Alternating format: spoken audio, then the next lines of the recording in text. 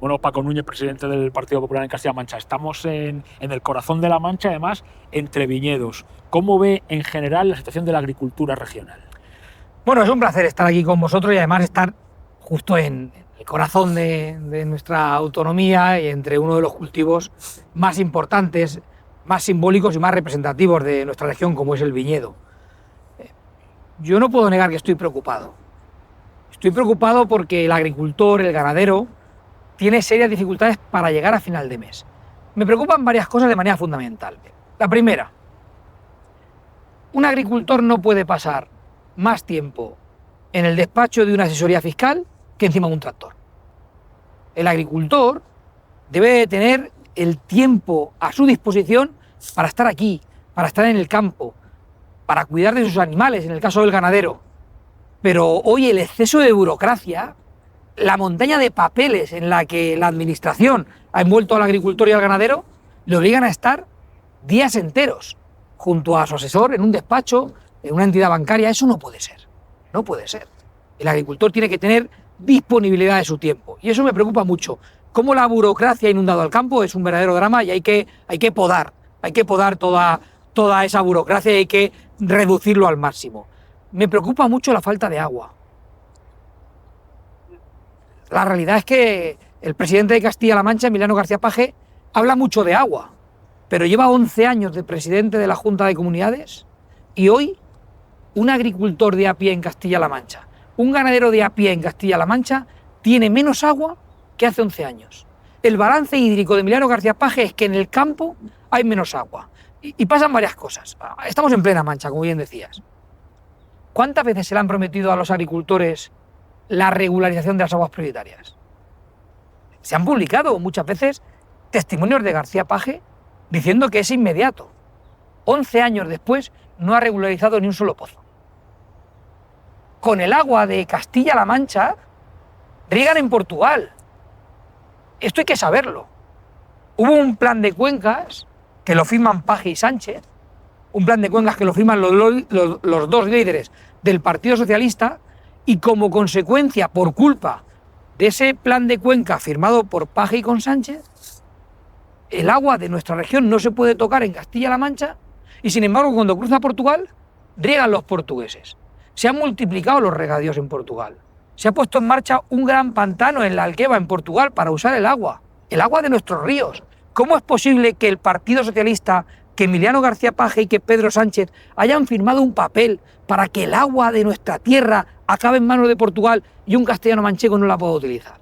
Pero es que ahora estamos todos preocupados en materia de agua, con el posible cierre de los pozos de 7.000 aquí en La Mancha, 2027 ya mismo, que es dentro de un año y medio. Bueno, cuando parecía que había un consenso en el que todos estábamos de acuerdo en exigir al Parlamento Europeo una prórroga de la directiva marco, una prórroga por la cual, en lugar de acabar en el año 27 el plazo para cumplir la directiva marco, alargarlo hasta el año 32 y tener un tiempo prudente para que pudiéramos hacer el trabajo que no ha hecho, por cierto, en todo este tiempo el Partido Socialista. Yo confío en que llegando al gobierno del Partido Popular, tanto en España como en Castilla-La Mancha, pudiéramos agilizar el cumplimiento de esa directiva marco, pero la realidad es que el PSOE no lo ha cumplido. Y claro, el no cumplimiento de la directiva marco conlleva el riesgo cierto de que cierren el 80% de los pozos de La Mancha. De que cierren el 80% de los pozos de La Mancha.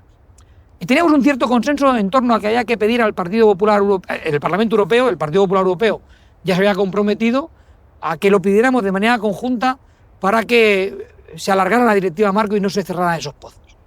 Incluso el propio presidente de Castilla-La Mancha había ido a un comité de las regiones, un órgano que no tiene entidad desde el punto de vista ejecutivo en Europa, pero él había ido a decir que no se preocupase nadie, que se iba a ampliar la directiva marco y que no se iba a cerrar un solo pozo. Y la semana pasada, la número 3 del PSOE de Castilla-La Mancha, que es eurodiputada, resulta que avala una carta que ha firmado su portavoz de Medio Ambiente del PSOE europeo, exigiéndole a la presidenta de la Comisión Europea, a la vicepresidenta y a la comisaria de Aguas que no se amplíe la directiva marco, que se cumpla escrupulosamente y que en el año 27 esto conlleve el cierre de los pozos. ¿Qué hace el PSOE de Castilla-La Mancha? ¿Alguien de La Mancha puede entender qué hace el Partido Socialista de Castilla-La Mancha? ¿Qué hace la número 3 de Emiliano García Paje? Avalando una carta, pidiéndole a la presidenta de la comisión, pidiéndole a la comisaria de Aguas que se cumpla la directiva marco que lleva consigo cerrar los pozos de La Mancha. Es una barbaridad. Y si, claro, si tenemos un problema muy serio con el agua, si tenemos un problema muy serio con la burocracia, y si tenemos un problema muy serio con los precios, ha subido los fertilizantes, han subido los fitosanitarios, han subido los plásticos, ha subido el gasoil, ha subido la mano de obra, nos encontramos que el campo cada vez tiene menos rentabilidad, la incertidumbre de la PAC, los problemas que hay en el contexto internacional. Hoy ser agricultor y ser ganadero es un reto en Castilla-La Mancha porque están absolutamente abandonados y en muchos casos incluso maltratados por el actual presidente de Castilla-La Mancha. Y con esta tesitura el relevo generacional es muy complicado. Y es que es fundamental. Si los jóvenes nos incorporan al campo, no tenemos futuro. Castilla-La Mancha es una tierra eminentemente agrícola. Somos una tierra de agricultores y de ganaderos. Detrás de cada agricultor, detrás de cada ganadero, hay una historia de vida. Hay una historia del cuidado de nuestros campos. Al lado de cada agricultura y cada ganadería hay desarrollos de actividad agroalimentaria, a los que, por cierto, tenemos que caminar. Tenemos que modernizar nuestro campo, tenemos que llevar a cabo desarrollos agroalimentarios, retener todo el valor añadido que el campo puede producir gracias a esos desarrollos agroalimentarios que llevan también aparejados el transporte y alguna otra propuesta más de la que podemos hablar para seguir reteniendo talento y valor añadido en nuestro campo. Pero la realidad es que el campo tiene que ser rentable. Nadie que monte un negocio trabaja pérdidas. Nadie. Y el campo es una actividad económica como cualquier otra. Y el agricultor y el ganadero tienen que tener garantizada su rentabilidad. Y para que un joven se pueda incorporar al campo, para que vea atractivo el mundo agrícola o ganadero, tiene que saber que va a tener agua, que va a tener unos precios justos, que va a tener rentabilidad en su explotación. Y todo eso hoy el Partido Socialista nos lo asegura. Y de cara desde, por ejemplo, para la PAC, que están en plena negociación, ¿qué PAC sería positiva para Castilla-La Mancha? Hemos hablado, por supuesto, de reducir la burocracia, eso lo has dejado entender, pero ¿qué otras cosas hay que pedir a la próxima PAC?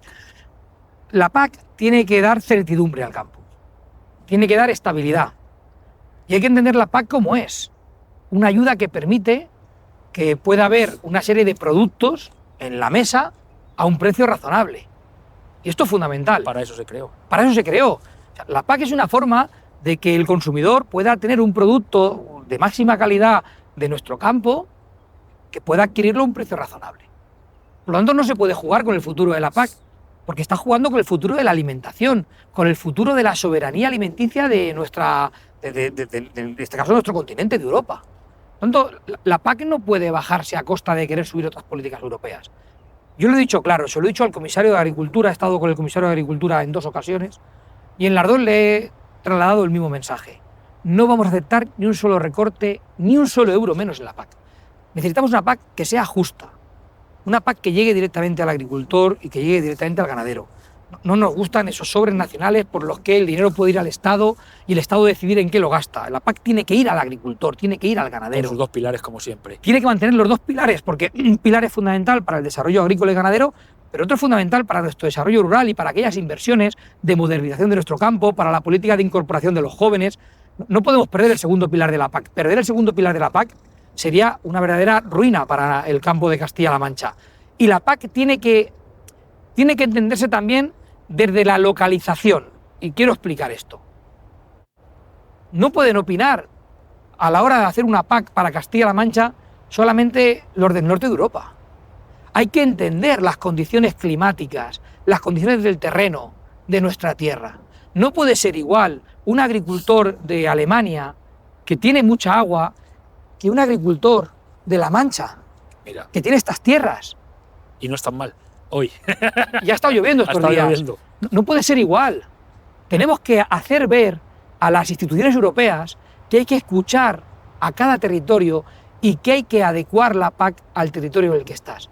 Yo creo en una PAC que pueda perfectamente estar mirando a cada uno de los territorios para acomodar esa PAC a las necesidades concretas de cada territorio. Y yo creo que la PAC es una herramienta que surgió para garantizar la alimentación de nuestro continente y que tenemos que ponernos todos de acuerdo en evitar que nadie pueda tener la tentación de meter un tijeretazo a la PAC, porque sería un golpe letal para el futuro, no lo de la agricultura, sino de Castilla-La Mancha. Si a Castilla-La Mancha la agricultura y la ganadería no le va bien, no le puede ir bien a nuestra tierra. Es que es fundamental. Para que Castilla-La Mancha vaya bien, la agricultura y la ganadería tiene que ir bien. Y volvemos al agua, tema además es, todo el mundo está de acuerdo que es prioritario y en la situación que hay. La situación del trasvase Tajo Segura, voy a ir más allá, porque el trasvase Tajo Segura se habla mucho, pero ¿qué significaría? O sea, ¿el agua que no vaya al Segura vendría a los agricultores de Castilla-La Mancha? Es una pregunta que está en la calle. Yo voy a ser muy claro, para que nadie tenga ninguna duda. Lo llevo siendo ya mucho tiempo, pero quiero ser claro hoy aprovechando tu entrevista. Si yo soy presidente de Castilla-La Mancha, hasta que nuestros agricultores y nuestros ganaderos no tengan el agua que necesitan, no sale de aquí una gota de agua. Con rotundidad. Y esto pasa por varias cuestiones. En primer lugar, nosotros tenemos un pacto regional por el agua. Se firmó hace 5 años y medio. Lo firmamos Paje y yo y 40 entidades hídricas de la región. No han cumplido ni una sola coma. ¿Qué decía el Pacto Regional por el Agua? El Pacto Regional por el Agua decía, primero, que había que poner en marcha una auditoría hídrica, saber cuánta agua tenemos, real en la región, cuánta agua hay en Castilla-La Mancha. Segundo, desarrollar un mapa de necesidades. ¿Cuánta agua necesita Castilla-La Mancha? En la agricultura y en la ganadería, pero también en la industria, también en el desarrollo urbanístico. ¿Cuánta agua necesita Castilla-La Mancha? Y saber, por lo tanto, cuánta agua vamos a tener que consumir de nuestros recursos hídricos. Pero en tercer lugar, además de un plan de modernización de regadíos y un plan de acercar el agua al sector primario, había una línea que era clave, la prioridad de la cuenca cedente. Entendiendo como cuenca todo el territorio de la autonomía. Es decir, que el agua que había en Castilla-La Mancha tenía que utilizarse prioritariamente en Castilla-La Mancha.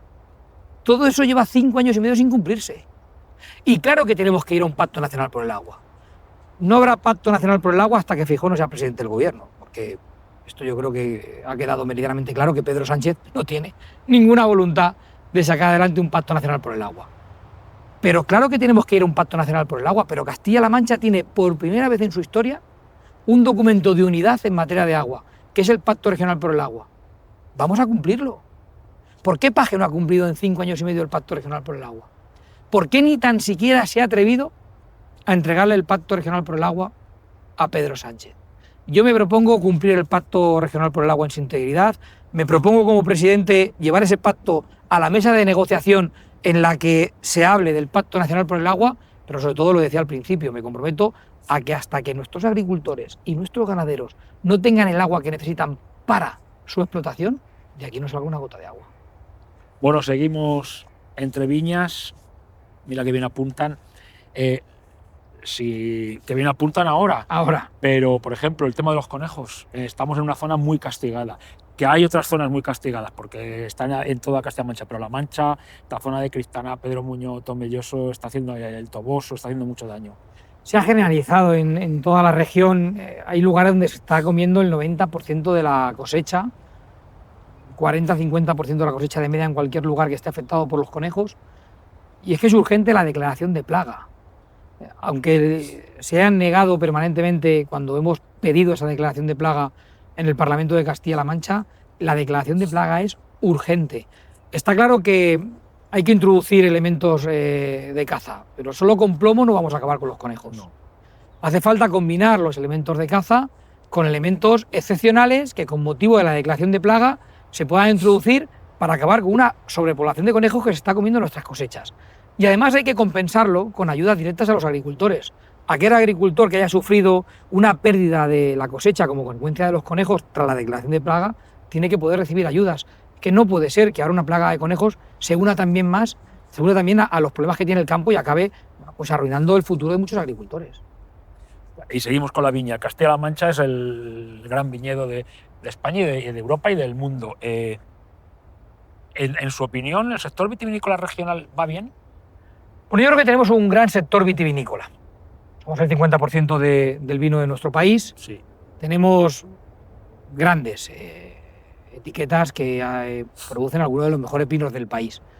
Creo que tenemos que seguir trabajando en la comercialización. Creo que tenemos que seguir trabajando en introducir nuestros vinos en los mercados más importantes y se está haciendo ese esfuerzo por parte de muchas cooperativas, de muchas bodegas y también de algunas administraciones. Este año, por ejemplo, la Diputación de Ciudad Real, con ese FENAVIN Match, está tratando de alargar el éxito de FENAVIN y preparando el FENAVIN del año que viene, porque es una de las grandes ferias, la mejor de nuestro país, de venta de vinos, y creo que ese es el camino. Tenemos un sector que hace las cosas muy bien. Tenemos algunas de las bodegas más modernas de toda Europa. Tenemos grandes enólogos, tenemos grandes profesionales y tenemos un gran vino, unas buenas denominaciones de origen que están haciendo las cosas realmente bien, incluso en algunos otros lugares donde hemos tenido problemas solucionándolos, y yo creo que tenemos un sector que debe de ser bandera de la región, y desde luego yo como presidente de Castilla-La Mancha quiero trabajar porque el vino de Castilla-La Mancha crezca de igual manera en su capacidad de venta y de venta a un precio que sea acorde con lo que producen, de la calidad de producción que ya tienen los caldos. Hemos hablado de viña, el olivar está teniendo, bueno, de hecho Castilla-La Mancha es el gran viñedo del mundo, pero ya hay un poquito más de olivar que de viñedo. viña. Luego están los frutos secos, sobre todo el pistacho, la almendra de siempre, hortofrutícolas muy potentes, pimiento, y sandía. Pero ¿qué le falta realmente a la agricultura de Castilla-La Mancha para dar ese salto definitivo? Orgullo que tiene que impulsarlo el gobierno de Castilla-La Mancha. Somos el 30% del olivar del país. Somos el 3% del virgen extra mundial, que se dice pronto. Más de la mitad del ajo y de la cebolla de España. Más de la mitad del melón y la sandía del país. Somos la región del azafrán, o de la lavanda, o del cultivo de la miel. O efectivamente, podemos hablar de pimiento, podemos hablar de tomate, podemos hablar de patata. Tenemos ya, en este momento, el mayor núcleo de producción de pistacho de todas las regiones europeas. De todas las regiones europeas. Una gran región en elementos claves como la almendra. Podría seguir relatando nuestros productos. Si me voy a la ganadería, por supuesto que tenemos el queso manchego como bandera, pero tenemos una de las mejores cárnicas del conjunto del país. O tenemos una industria muy potente de producción de huevos. Es decir, tenemos unos elementos del sector agrícola y ganadero Porcino. Que son punteros. Yo creo que lo que nos falta es un gobierno que de verdad entienda que presumir con orgullo de nuestro campo, de nuestros agricultores, de nuestros ganaderos, de lo que hacen con sus manos, es clave. Y estar realmente satisfechos con lo que somos. Si somos la región con la mejor producción agroalimentaria del país, tenemos que seguir dando pasos. Tenemos que caminar en esa industria agroalimentaria que tiene que seguir fortaleciendo la región. Y tiene que haber programas que permitan que a la modernización del campo le anexemos mucha más industria agroalimentaria, para retener valor añadido, para retener talento. Tenemos que también hacer cosas innovadoras. Yo en algún foro lo he comentado y aprovecho la entrevista para explicarlo bien. Si de la mano de nuestra universidad generamos programas de posgrado, de formación específica, para el diseño y la fabricación de maquinaria complementaria al sector primario, esta zona en la que nos encontramos puede ser la gran productora de maquinaria para el sector primario de toda Europa. Concentradoras de mosto, centrifugadoras de aceite, tostadoras de pistacho, cortadoras de productos cárnicos. Todo esto se adquiere de Europa. Industria. Esa industria, esa maquinaria para la industria agroalimentaria se podría diseñar y producir en Castilla-La Mancha. Ya hay gente que lo hace, ya hay gente que ha patentado algún producto fundamental para elementos claves de su industria. ¿Y si eso, desde el gobierno autonómico, lo profesionalizamos? ¿Y si formamos con nuestra universidad a gente que tenga la capacidad técnica de diseñar, fabricar e instalar y mantener después esos elementos claves de la maquinaria del sector primario que son claves para poder completar un desarrollo agroalimentario? Eso contribuiría a seguir engrandeciendo el orgullo patrio autonómico de ser una de las principales regiones productoras de todo el sur de Europa. Yo creo que tenemos todos los elementos, pero nos falta orgullo, y ese orgullo tiene que imprimirlo el gobierno autonómico, pero por desgracia, aquí llevamos unos años en los que parece que se miraba de reojo al campo, en algunos casos incluso se le daba la espalda. Eso tiene que cambiar. Hay que poner al campo en el centro de la agenda política y hay que acompañar esa necesidad que luego muchos tendrán en campaña electoral de acercarse al campo porque creen que es un nicho de votos. Hay que acompañarlo durante toda la legislatura de acciones para garantizar la rentabilidad, la modernización y el futuro de nuestro campo. Ha hablado de ganadería. Si la agricultura es bonita pero complicada, la ganadería es todavía más complicada, aunque hayan mejorado mucho los sistemas de ordeño y demás, pero es muy sacrificada y se está perdiendo, y eso lleva a pérdida aparte de oficios, de población, de razas ganaderas. ¿Qué se puede hacer para salvar la ganadería? Bueno, yo creo que en primer lugar hay que, y lo hablábamos también con la agricultura para la incorporación de los jóvenes, pero hay que garantizar la rentabilidad de la ganadería. Es decir, ser ganadero, que es sinónimo de trabajar duro, sí, porque los animales requieren de atención sí, todos los días, tiene que también ser sinónimo de tener una buena rentabilidad en tu explotación ganadera. Hay que garantizar, efectivamente, que la burocracia no los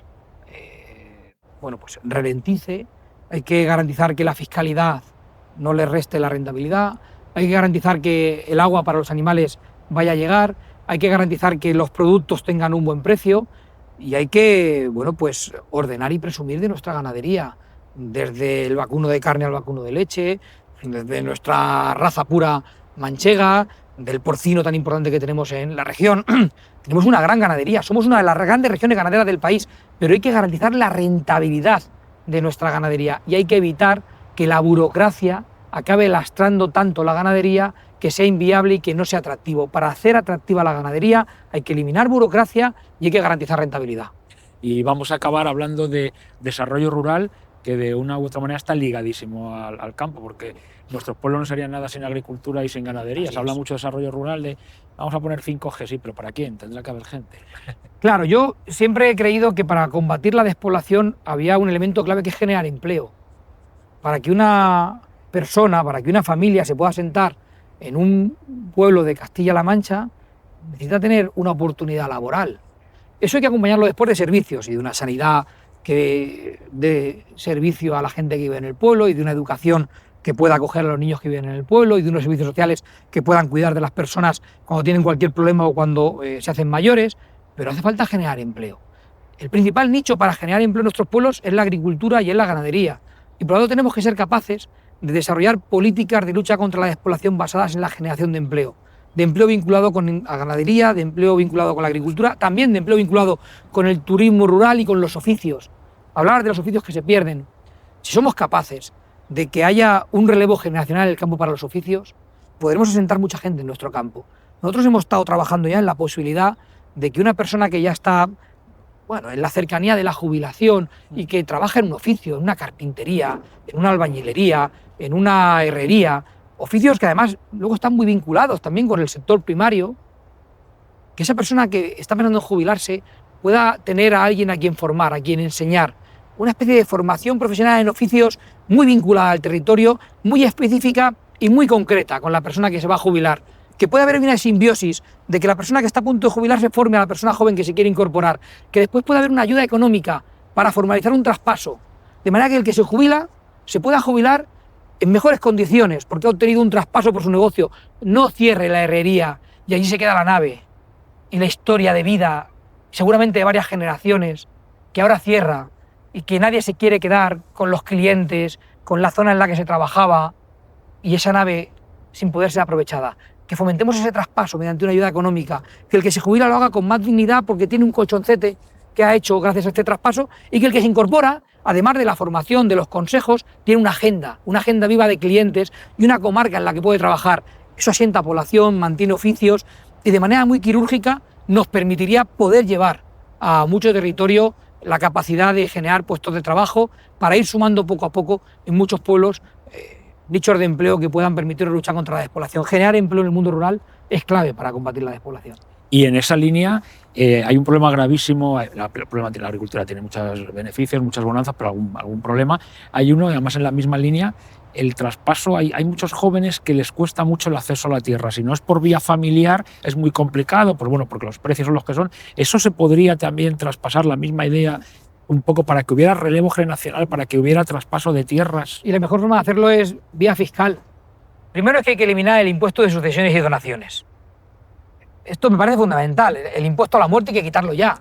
No puedes estar toda la vida pagando por algo que has hecho tuyo con mucho esfuerzo, mucho sacrificio, y luego tener que pagar si se lo vas a donar a un familiar. Por lo tanto, ese impuesto hay que eliminarlo. Y en segundo lugar, hay que proponer una fiscalidad para la compraventa de tierras que sea muy baja.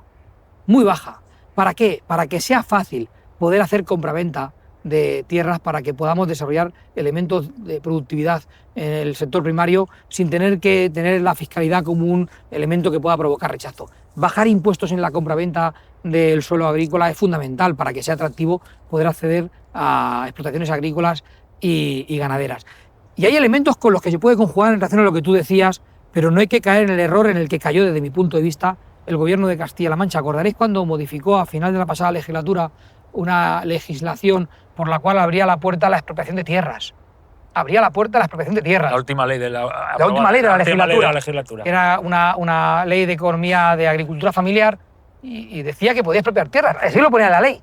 Tras mucha presión de los agricultores y del Partido Popular, modificaron la ley y ya no hablaban de expropiación de las tierras, sino que hablaban de, bueno, pues poder hacerse con el uso de tu tierra durante un tiempo determinado. Entonces, si lo que hay que hacer, lo que han hecho otras autonomías, es poner en común acuerdo al que ya no quiere explotar su tierra por edad y porque no tiene sucesión, con el que se quiere incorporar y facilitar que ese relevo generacional se haga en buenas condiciones, se haga con muy pocos impuestos, se haga con la capacidad de entendimiento. Eso se ha hecho en otras autonomías, poner de acuerdo al que se quiere jubilar y no quiere seguir con la explotación ni quiere dejársela a ningún familiar, con el que se quiere incorporar. Pero eso se puede regular sin amenazas de expropiaciones o de usufructos, como ha hecho ahora el gobierno de Castilla-La Mancha.